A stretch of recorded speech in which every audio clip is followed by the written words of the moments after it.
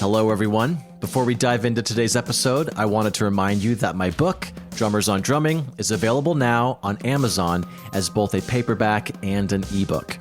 Based on the Big Fat 5 segment of this podcast, where I sit down with my favorite drummers to discuss the 5 records and stories that shaped their approach to the instrument, this book is packed with insights from the drummers who redefined how we think about the modern drum set. You can grab your copy now by checking the link in this episode's show notes or simply searching Drummers on Drumming on Amazon. So thank you for all the support, and now let's get into the show.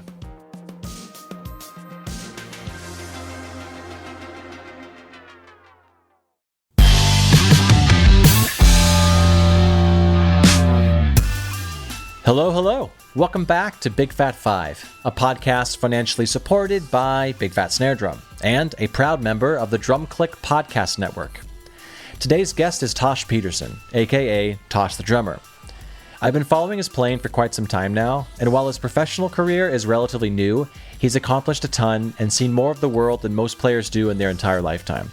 His showmanship is what grabbed my attention right away, but his finesse, coupled with the deceptively controlled bombast, is the reason he's played and is playing with some of the top players in the game right now, including Machine Gun Kelly, Jaden Hossler, Carlie Hanson, and of course, a bunch more. He's a name you're going to be hearing a lot of in the coming years, and he's earned every damn bit of it. We met briefly at NAMM in January 2020, but it was good to sit down and chat with him where we could actually hear each other. Again, please go check out his playing. He's incredible, and he approaches his craft with equal parts levity and intensity, which you'll hear all about in this episode. So please enjoy the top 5 inspirations that helped mold Mr. Tosh Peterson. Cheers.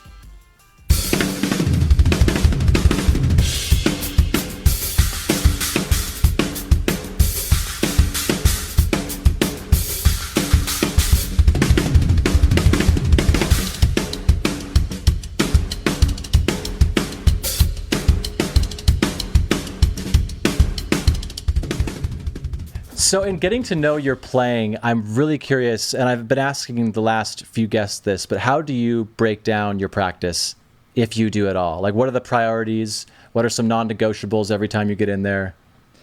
So every day I have a warm-up routine that I do. It's about an hour to an hour and a half long, and I do that. So yeah, it can get up to 2 hours depending on if I'm feeling really rough that morning or something. Just like. Usually when I get back from a tour or something, it's a 2-hour warm up because it's been a long tour, but, yeah, I mean, I have that same warm up routine that I do every day, and it's a bunch of different stuff. And, it's just kind of grows and grows every couple months. It gets longer, I feel like, but, that's about it. That's the only thing that stays strict every day. And then I practice a good 10 hours a day at least usually. So, I just don't really leave this room. I'm kind of a hermit. I don't like to leave my house as much as possible. Sure. Obviously, if I have stuff to do, I go get it done, but I prefer to stay in here as much as possible. That's all. Well, because there's the other school of thought, which is, Dave Elitch is famous for saying, you can over practice. If it takes you 5 minutes to get this certain lick done or this certain exercise done, that's all you need that day. But 10 hours is a lot. Yeah, I mean, I don't know. Dave Elitch is smart and he knows what he's doing. I just am like, why would I want to stop playing drums if I'm still having fun with it? It's kind of like, it's fun for me, It's not like I'm just, and because I'm not necessarily just practicing the whole time. I'm also playing along to music. I'm just filming videos and stuff. But it's pretty much, I'm just playing drums all day just because, if you like drawing, why would you not want to draw all day, and stuff like that. And that's just kind of I'm with you, man. Yeah. That's just how I feel about it. And so I kind of just play a lot. I play along to a lot of music. I try to come up with my own exercises. I try to see, other people. It's kind of hard for me to learn other people's exercises just because I come up with a lot on my own, and I'm like, I try to learn other people's stuff, and then I get caught up like switching it up completely, and I'm like, that's not what I was trying to learn at all. But okay, and so sure, I do a lot of stuff like that, but I'm pretty scatterbrained with stuff with practice, so I'm all over the place. But lately, I've been having to learn a lot of music because I have so much stuff coming up, and so just it's been a lot of learning songs all day, specifically learning Travis Barker's drum parts all day. Dude, I was going to talk about that. So you've been playing with Machine Gun Kelly. Is that still going, or is the drummer back? Rook's back now, but I'm playing Okay. drums for Jaden Hossler now, who is... Oh, my God. That's awesome. Yeah, so he's another one of Travis's guys. Travis produces him, signed him to his label, and yeah, so I'm playing drums for him now. We actually start rehearsals this week, and yeah, I mean, I'm super stoked. Damn, dude. How'd you get involved with that whole crew? I mean, I've kind of known the MGK guys for a while, just from going to see them play shows and stuff, and like I'm just from Instagram and stuff, and I would go see them, and I think it actually started because the drummer's dad, Rook's dad, hit me up and was like, "Hey, my son's playing in your town. You should go see him play." And so, but that was like a long time ago, and yeah, it's kind of just started from there, and we started seeing each other all around and stuff, and hanging out, and then Rook got injured and called me to substitute drums, I guess, for him. So yeah. Dude, I would never suggest you, only because like you'd steal my gig. Like you're the kind of drum, like you want someone that's good but not as good as you. I'd be nervous if I was him. I mean, he's a great drummer too. I've seen, obviously, But. Dude, yeah, I mean, I would be nervous to have anyone sub for me on a gig, but Rook is the only one who doesn't have to worry about that, because that's Machine Gun Kelly's just as much his band as the singer's band. He's been there since the beginning. They write songs together, they do everything together, and yeah. That's awesome, dude. Yeah. So yeah, how's it learning Travis Barker's beats? Because we are gonna get into your top 5. He's not one of your top 5. I can maybe from a distance outside perspective, I would assume maybe he would be a big influence on you. But yeah, how's that, knowing that Travis is probably gonna be listening to you play his parts eventually? I mean, I know he's already been listening to it, which has been cool. He messaged me and told me I was doing great on the MGK gig, which was really nice of him. Yeah. It's fun. I mean, they're like, as much as he wasn't as big of a part of like my drumming as he is now, he's still, I feel like we have similar styles, like when I play his parts, they feel natural to me. They feel like what I should be playing to the song, and maybe that's just because he's so good that they work for the song so well, but also I just feel like the way I play kind of works for how he plays, and it just works out. It's really fun.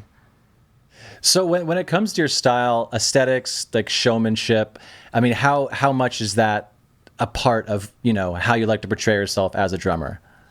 I mean, like, I've just always played how I would want to watch someone play. I always wished I had someone that played like exactly like how I'm playing now. Like, that's just kind of what I always I just play whatever I think looks cool. Like when it comes to like looks and stuff like that, I just I don't know.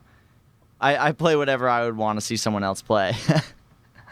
And it is kind of a crossing of your skill set, the way you do things, and the way the music industry is going, because rock and roll real drums are kind of coming back in a really cool way.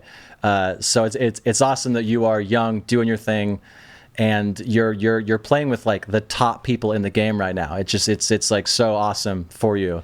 Dude, I mean, like, the fact that I was able to play on the Billboard Music Awards and have my stomach out like it always is like, yeah. I was tripping out. I was like, I didn't think that would ever happen. I started, like I said, I play how I want to play, and it just kind of worked out to be that right when I feel like I've like kind of gotten like, I don't know, I don't feel like I'm never going to be done learning, but when I feel like I'm good enough to hold down some of these gigs and stuff, the drumming is like coming back like that, the style of drumming that I like. Yeah. And I'm like, I'm 20, this is like perfect timing for me. I'm so stoked, and it just worked out so well. Well, before we go into your top 5 to showcase the building blocks of your playing, I do want to play a song from your band Bexley, which came out somewhat recently. So let's just play a song from there, and then we can maybe talk about that band a little bit and go off that. So Sick. This is the song "If We Have to Die."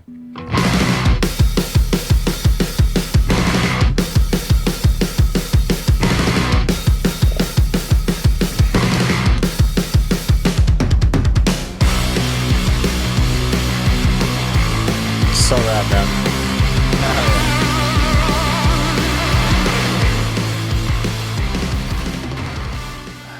I mean, that's a pretty fuck you intro. That's awesome. You dude, That's what I was. Okay, so I was actually I forgot to ask if I'm allowed to say fuck, so that's cool. You could say it all you want, man. Yeah. Rad. No, yeah, I was so stoked. That whole song was pretty much written just because I recorded that whole beat and sent it to my band. It was like that entire like oh shit, the intro, the like the whole thing, and then they just recorded that. That's pretty much what you're hearing right there. So.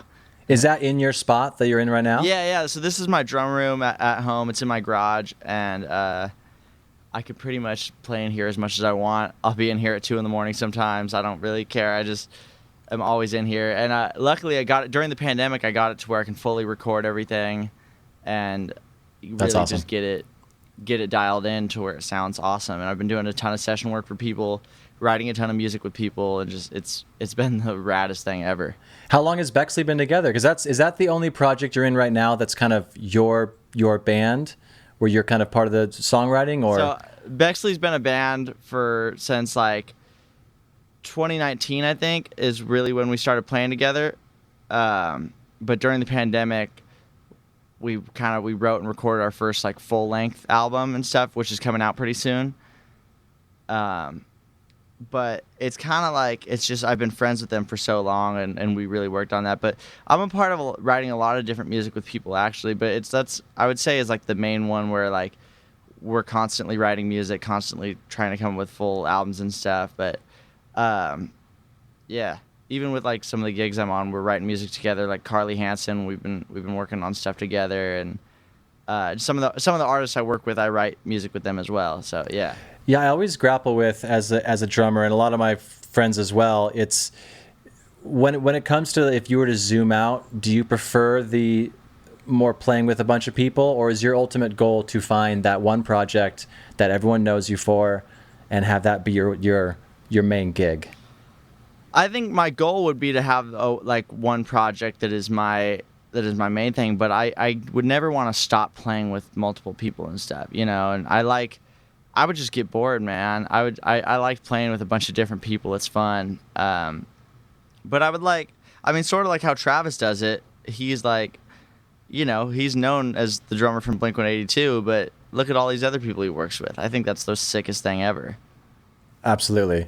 All right, well, let's just hop into your top 5, man. Let's see what the hell makes Tosh Tosh. I'll start with number 1, and that was meeting Thomas Pridgeon. Yeah.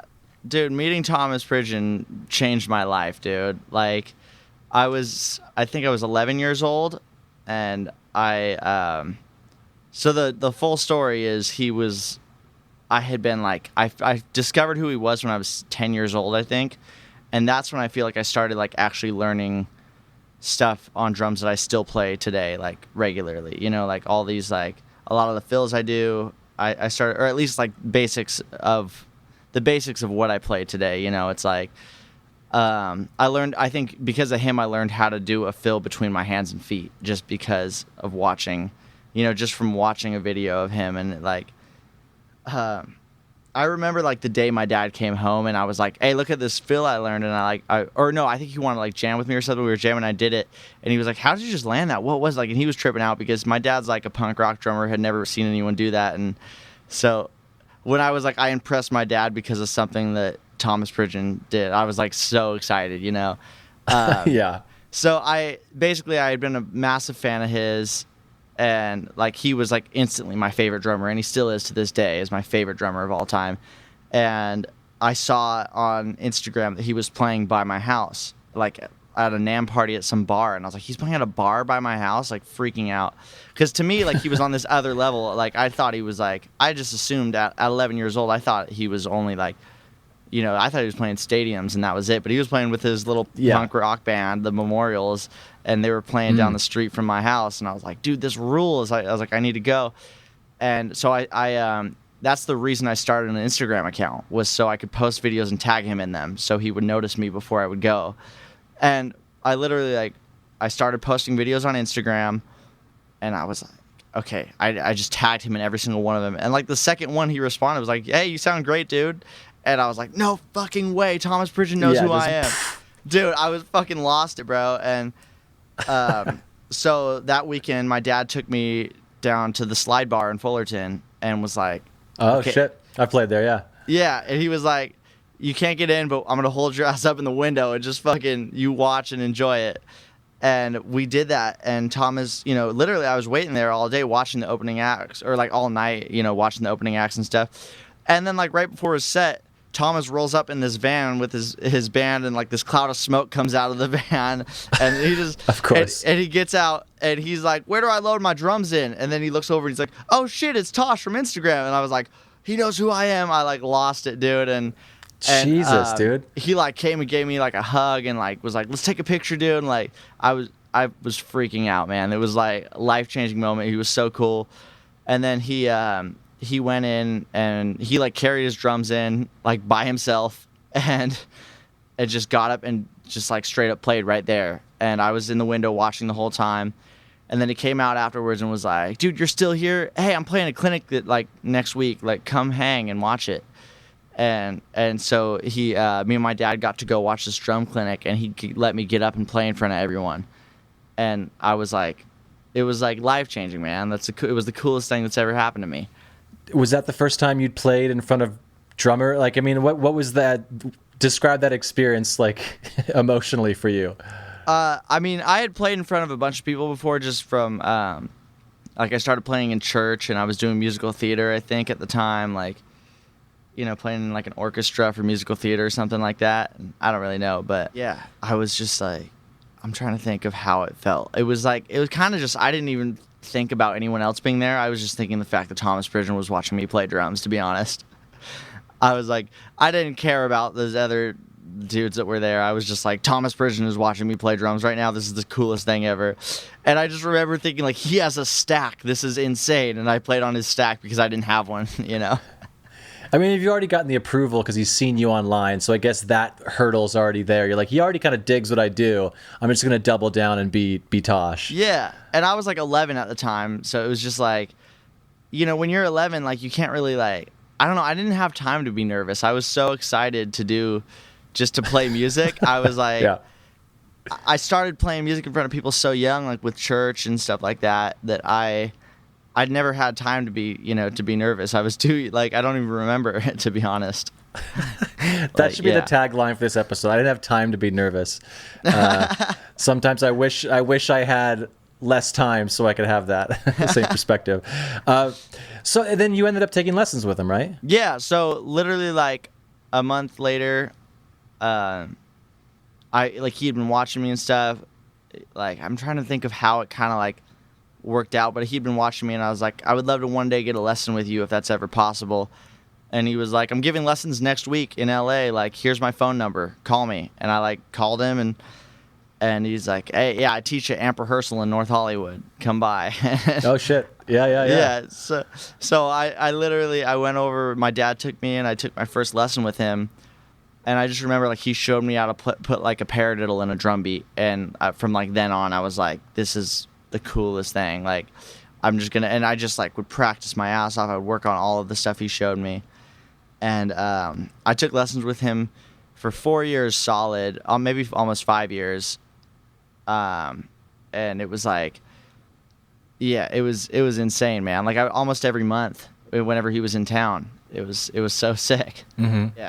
Yeah, when I think of Thomas, and I mean, to be honest, the more I watch your playing, it's like I think of power, but also looseness, because he is so bombastic, but his touch is right there with all the greats. And how much technique did you get from him? I know that might be a generic question because you took lessons for years, but were there specific things when it comes to technique that you really pulled from him? Yeah, I mean, I think just like the way I hit the drums even comes from him a lot, like I owe most of my playing to him. Like, I feel like being able to be technical, but also, like you said, loose, like to where I'm not like, I don't want to play like a robot, I want to play like me and play with my emotions and stuff. And that's just how he is. He plays how he's feeling. You can tell when he's fucking angry. You can tell when he's happy. You can tell when he's like, without even needing to see him, you can just hear it and know how it is, Yeah, he's the best, man. He came to our booth a few times during the last NAMM. That's actually where we met very briefly. And he was at the the bald man percussion booth, which is right next to us, the junk hat guys. And Thomas just sat down with just literally a junk hat, a snare drum, and a bass drum. And just everyone was talking and then just shut up and just stared at him. And it was life-changing for sure, man. Yeah, dude. All you need is to see him play for 5 minutes and you'll it's ridiculous. All right, so number 2, if you're good to move on. Yeah, for sure. All right, man. So I'm just verbatim what you wrote, all of Doggy Style, but specifically a fill in the album. So before we get into the specific fill, what's the backstory of, Doggy Style? Okay, so Doggy Style, my dad was like, that was an album that I remember my dad being like, you need to learn this whole album from front to back. Like, this thing is like, it's insane. And it was one of his favorite albums for sure. And he, like, I just remember hearing that for the first time. I mean, I was so young that I don't remember a lot from when I was younger, to be honest. I have a really terrible memory. But that album specifically, like, the whole thing was just so, like, it was so sick. And the drums on it, even though it's mostly programmed drums, just, like, feel insane. And I kind of, it was one of the first albums that I really learned, like, the full thing, and all the hits and stuff.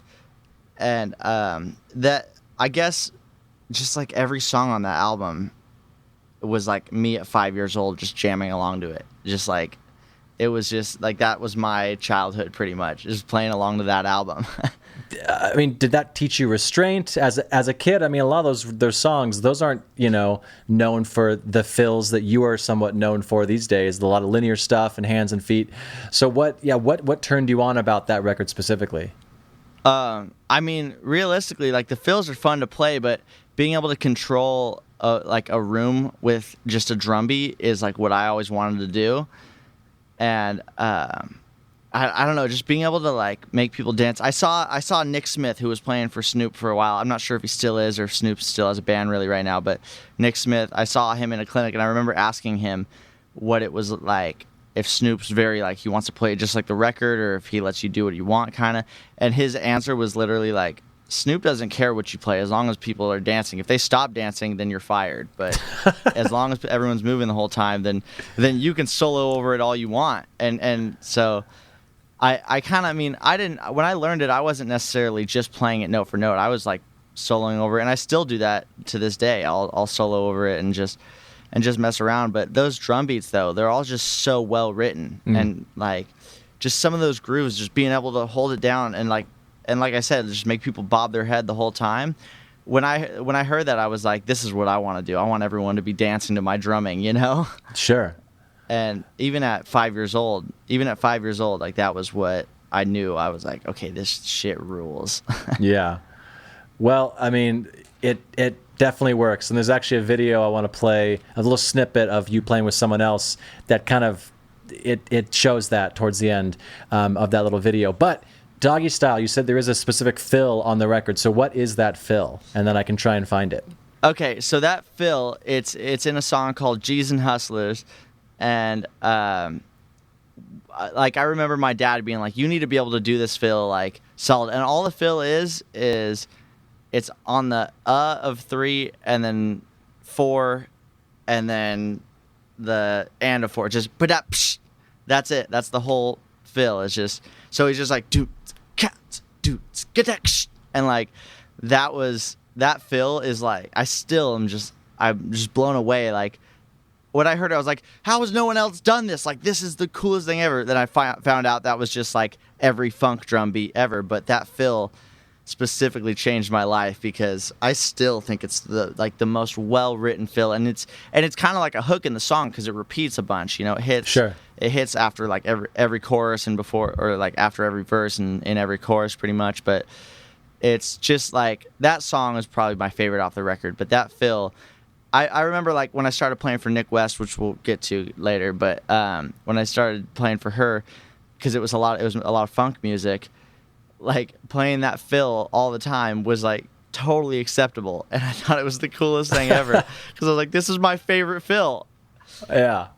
All it is 3 notes, and it's the sickest thing ever.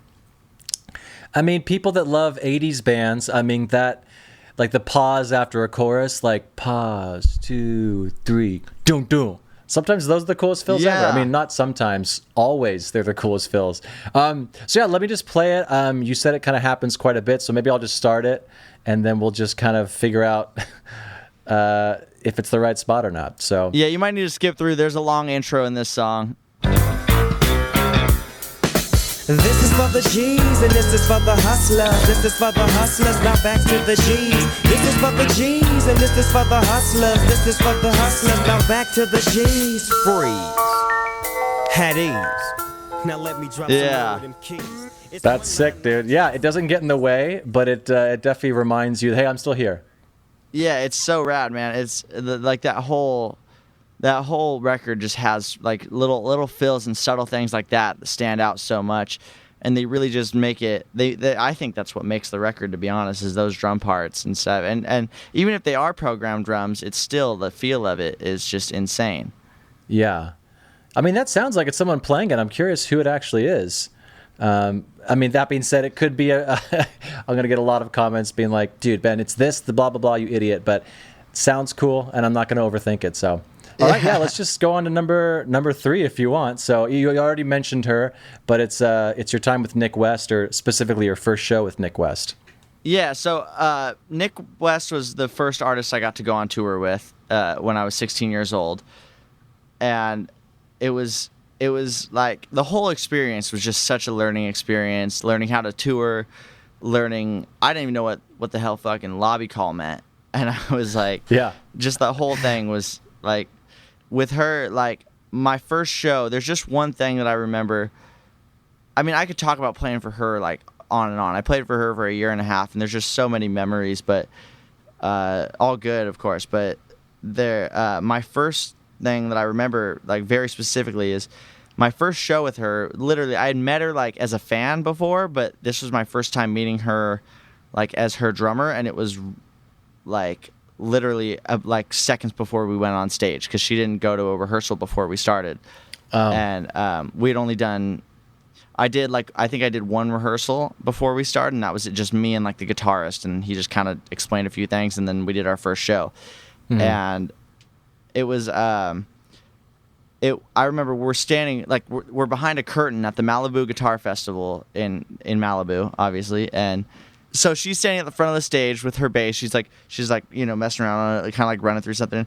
And they start to announce us, and she turns around and she looks at me and she walks up and she goes, "Hey, remember, we're fucking going to war right now, so take this shit seriously," or something like I don't remember if it was that word for word, but she said like, "We're going to war, so like get your head in the game. We're gonna like after this, like we'll go have fun, but when you're playing this show, like you're in the show." And it was like, just like those words, like. Hit me like a fucking rock, and I was like, oh my god, like, all right, it's on. And I just like went into the zone, and then right then she turns around, the curtain goes up, and just black goop, and we started the first song, and it was just like the most insane experience ever. Damn, dude. Yeah, I'll say that when a bass player, because I'm not sure if you mentioned that she's a bass player, she's fucking incredible. When they compliment you as a drummer, that's like the one person in the whole band that if they like what you're doing, it's like, okay, I'm doing the right thing. Yeah. So yeah, what kind of, as a player, as a mentor, besides that, what kind of influence did she instill into you? Man, so much. Just like learning how to really control a band and control a room, because like.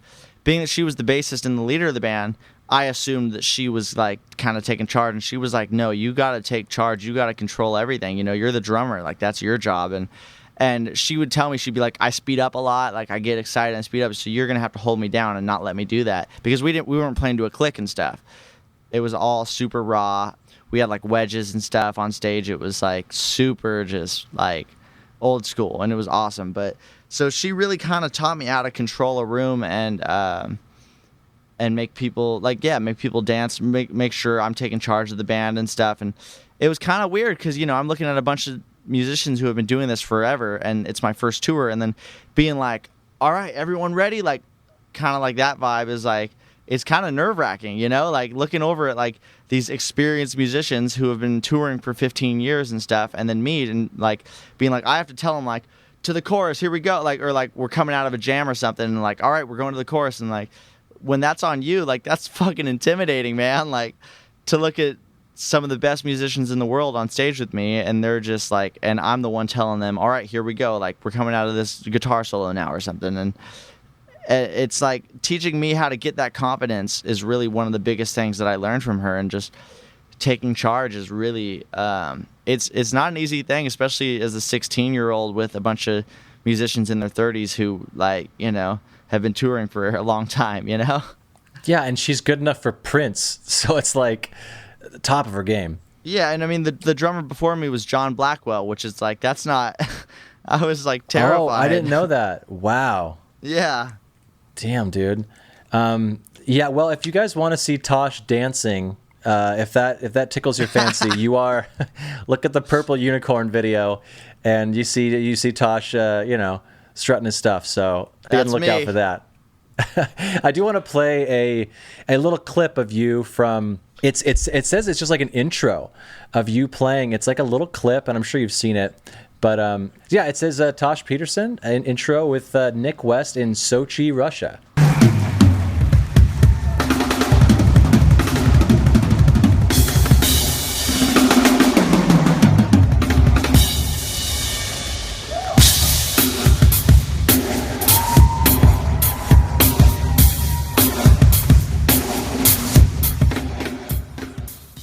It's so funny. It's I remember like I got to go out. The show started with me. I walked out first. I was the first one on stage, and for a lot of that tour, not if it was a festival or something quick, then maybe not. But like for every headline show, like that was our intro, and I would go out and I would do that drum part, and I would get to go like solo around. And as I got more comfortable, it got longer and longer. So by the end of my time, we kind of kept it even through like towards the end of me playing with her as one of our intro options, and it just like my confidence once I was there, I was doing a little bit too much.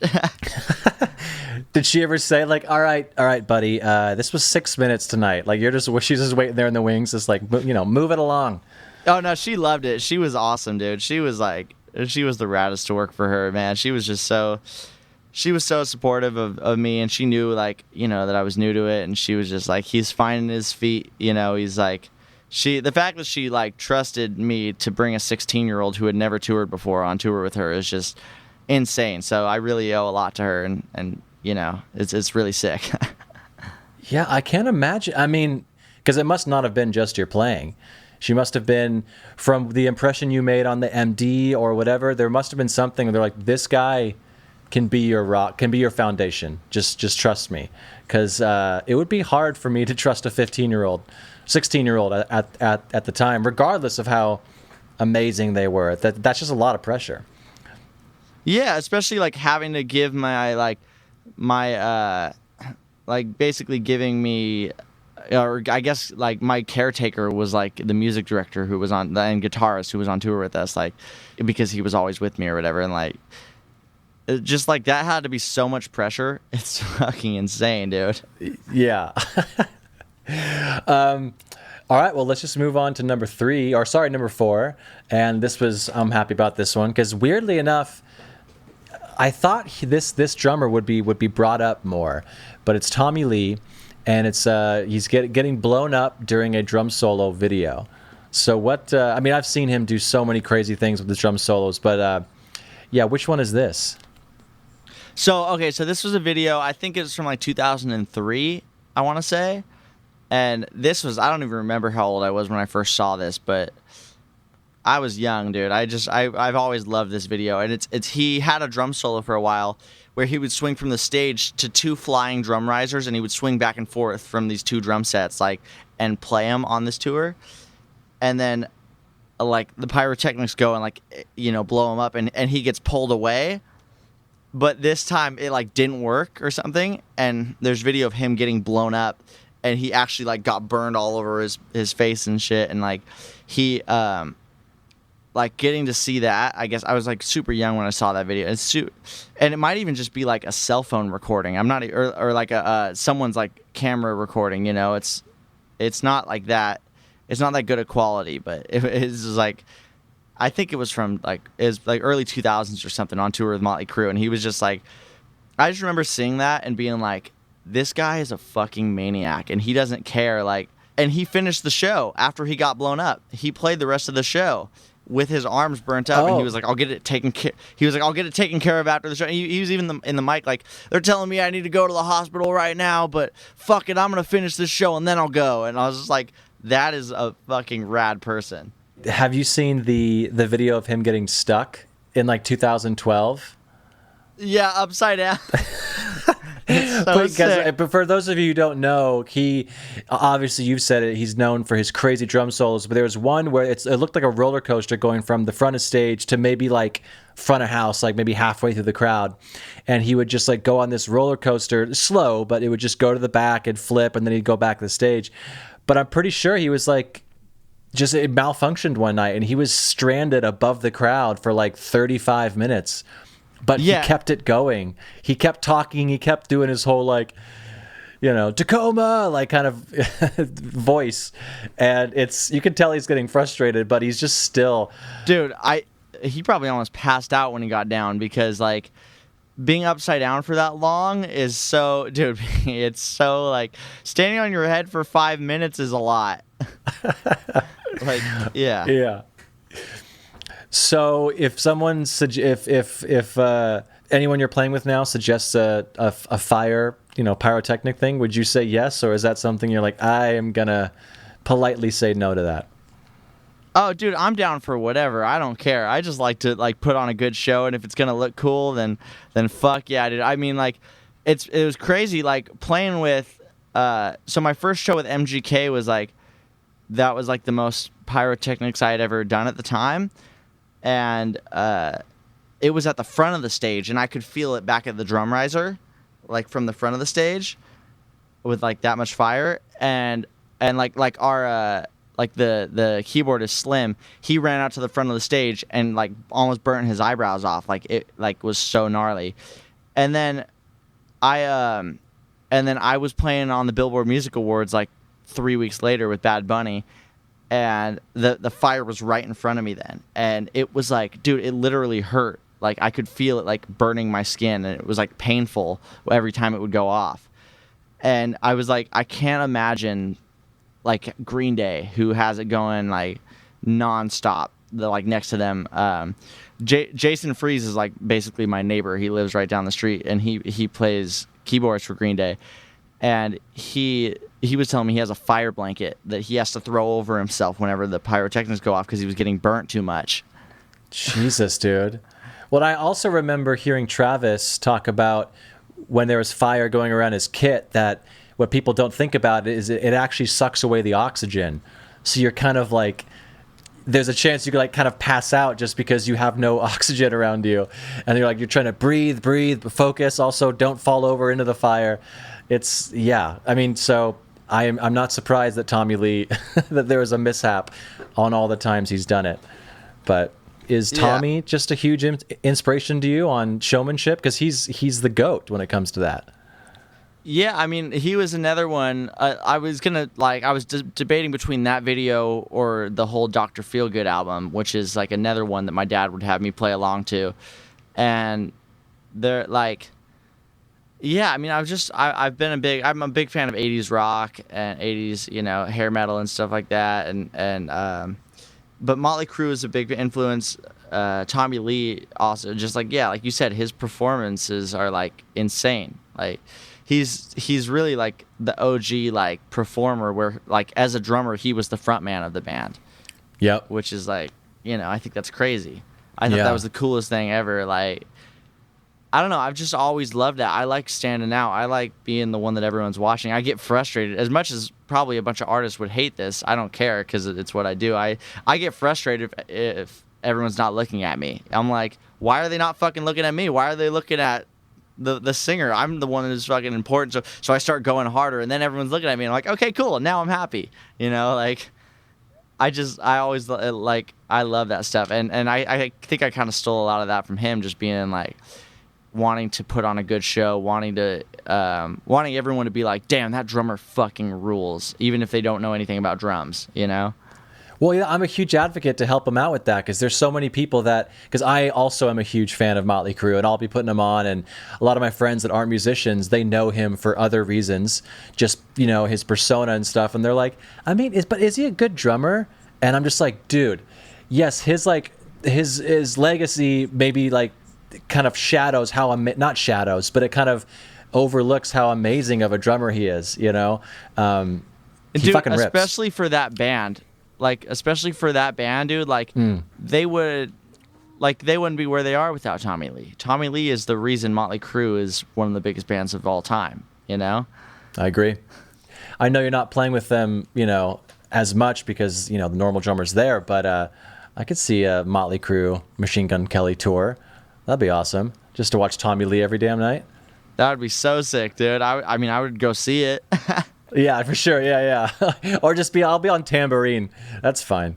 Yeah.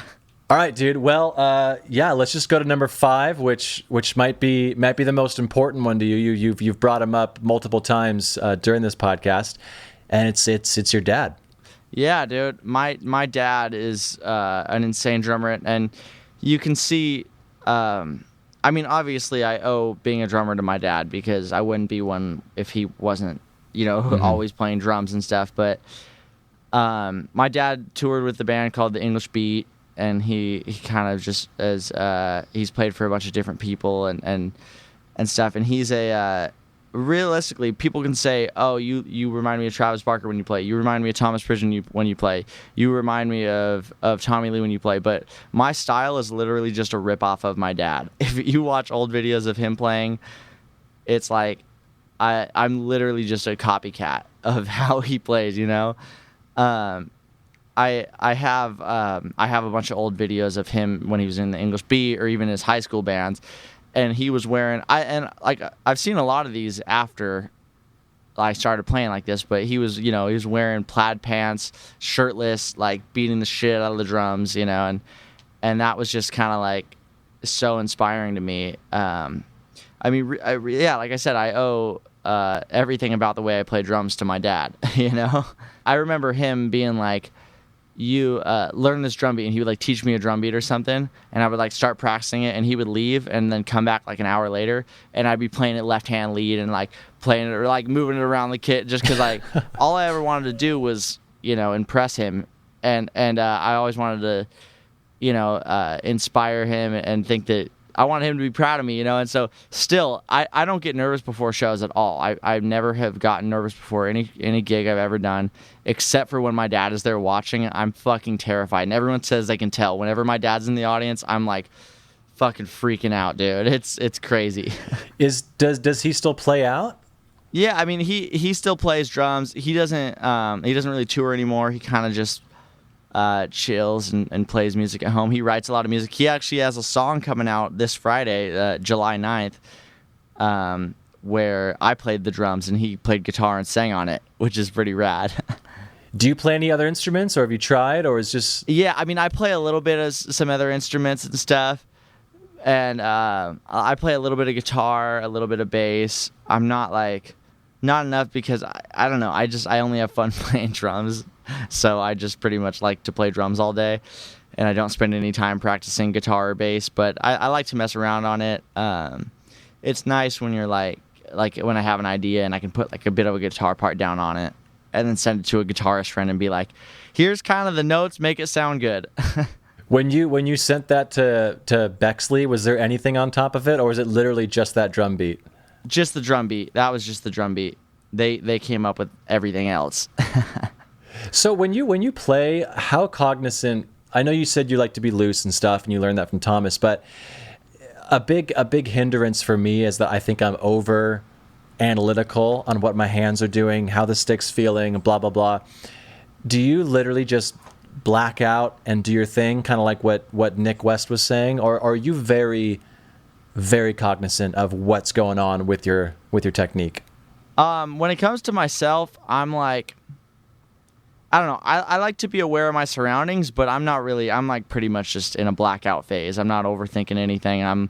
By the time I play a show, I'm so like over prepared and ready, like that it doesn't really matter. The only time I'll overthink stuff is if I have bad sound. If the sound guy didn't do a good job with my ears or something, and then I'm overthinking like, damn, I just wish that guitar was like a little bit like lower, or like, you know, oh man, like this sounds like kind of stupid, you know, like, but that's the only time I overthink. But luckily I've been able to work with some great sound guys that know how to take care of me, and it sounds sick, but I kind of just like to go in and black out and play my show and enjoy it. Well, I mean, that's your 5. Can you do some self-promotion? I know you said your father has a single coming out, but anything else you want to let people? And of course, Bexley just has your 3-track EP called Sick that came out this year. But anything else you want to hit people to? Yeah, so Sick, those are actually the first 3 singles from our new record that's coming out, which we have coming out. We don't have an official date, but I'm going to be honest, it's about a month away, a month and a half away probably. So that'll be sick. And some new Bexley material coming out. My dad's song is called Your Mommy's So Rad, and his name is Stoner, so you can just find that there. And then I'm playing a lot. I'm playing drums for Jaden Hossler, which I'm super excited about. Congrats, man. That's awesome. That's my news. Thank you. I'm super stoked. Doing a lot of some other stuff with other people. I don't know what I'm allowed to say yet, so I'm not going to say too much. But sure. I'm doing some rad shit that I'm really excited about. And pretty much you can find me on all social media like TikTok, Instagram, Twitter. It's all just Tosh_the drummer. When does this come out? This will come out on Wednesday. So let's see. Today's the 5th, so it'll come out on 7th. Dude, so when this comes out, I'll be getting my sleeve done. I'm getting my entire arm tattooed, so I'm super psyched for that. What are you getting? I'm getting a whole underwater scene with like skeletons and sharks and stuff. It's pretty rad. Oh shit! Well, I gotta show you. This doesn't really mean anything, but it's have a whole octopus and it like becomes a woman, but it's a little 8-legged lady serpent, and then the left arm is just. I used to work for a winery back in the day, and so the left arm is black and gray, but it's all just a huge winery. But I actually haven't gotten new work done in quite a while, and I need to get more done. Yeah, it's hard to stop, but like I'm gonna be getting tattooed this whole tour. Every second I get to stop by a tattoo shop, even if it's just for a quick little like piece, I love getting tattooed on tour. Yeah. I only have small tattoos, mostly because I got them on tour and stuff, so you don't have enough time. But so luckily, I literally have this day free, like Wednesday, I guess I have free, so I was able to get the whole day blocked off with this tattoo artist Matt Vaught that I'm a big fan of, and so we're doing my whole sleeve then, and then the next day I start rehearsals with Jaden Hossler, which I think is probably the stupidest idea I've ever done, which is get my whole arm tattooed and then go into rehearsals. But are they doing the whole thing, or is it just going to be like outlines? The whole thing. I'm not doing any color. It's just black and white. So black and gray. I mean. Okay. Yeah.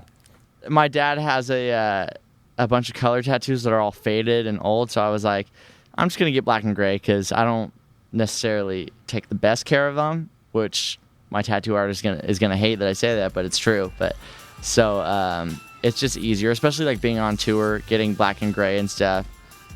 Well, yeah, dude, I think that's it, man. I'll let you get back to drumming because it's only 7 sets. So you got another 10 hours of the day left to drum. So I don't want to keep you.